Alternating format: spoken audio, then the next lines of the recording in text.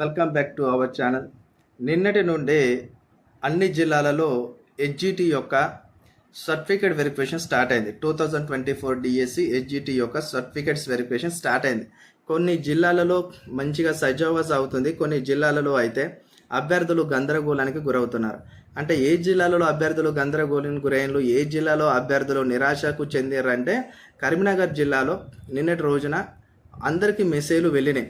మన మొబైల్ ఫోన్లకు మెసేజ్ పంపించిన కారణంగా ఎవరెవరికైతే మెసేజ్ వెళ్ళినాయో వాళ్ళందరూ కూడా వాళ్ళ సంబంధిత సర్టిఫికేట్ వెరిఫికేషన్కి సంబంధించిన అన్ని సర్టిఫికేట్స్ అన్నిటిని జిరాక్స్ సెట్లు తీసుకొని ఒరిజినల్ సర్టిఫికేట్స్ పట్టుకొని ఆ డిఓ ఆఫీస్కి వెళ్ళడం జరుగుతుంది.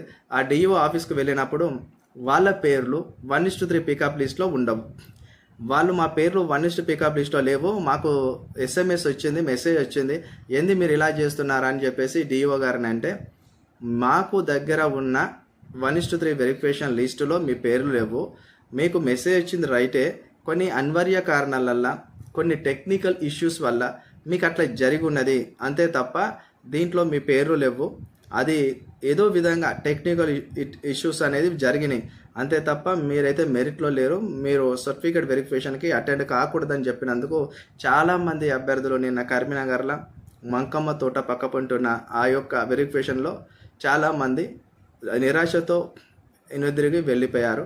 ఇట్లా చాలా జరుగుతూనే ఉంటాయి. అందుకే 1-2 సార్లు క్లారిటీగా మీరు ఆ సర్టిఫికేట్ వెరిఫికేషన్ వెళ్ళేటప్పుడు మీరు ఆ సర్టిఫికేట్ వెరిఫికేషన్లో మీరు ఉన్నారా లేరా అనేది చూసుకోనండి. అదే నేను చెప్తున్నా, మన వీడియోలో ప్రతిసారి నేను చెప్తున్నా, మీరు మెసేజ్లు వచ్చేదాకా చూసుకున్న సర్టిఫికేట్ వెరిఫికేషన్కి సంబంధించి మీరు మీ జిల్లా డిఈఓ వెబ్సైట్లో ఉన్న ఆ యొక్క 1:3 పికప్ లిస్ట్లో మీ యొక్క ఆల్ టికెట్ నెంబర్ ఉందా లేదా, అది మీ పేరైనా కాదా, పేర్లు సేమ్ ఉంటాయి కానీ ఆల్ టికెట్ నెంబరు చూసుకోండి. ఒకటే పేరు మీద చాలామంది పేర్లు ఉంటాయి. ఉదాహరణకు సునీల్ ఉంటే సునీల్ పేర్లు చాలా ఉంటాయి, వాళ్ళ సర్నేమ్ కూడా ఒక్కొక్కసారి మ్యాచ్ అవుతుంది, కానీ ఆల్ టికెట్ నెంబర్లు చూసుకోండి. ఫస్ట్ ఆఫ్ ఆల్ టికెట్ నెంబర్లు చూసుకొని మీరు వెళ్ళండి.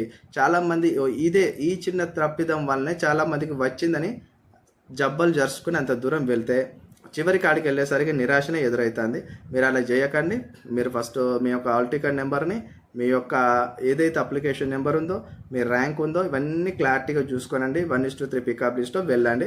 ఇంకా ఎంతోమందికి స్కూల్ అసిస్టెంట్కి సంబంధించిన మెసేజ్లు రాలేదు, ఇంకా లిస్టు పెట్టలేదు అంటున్నారు.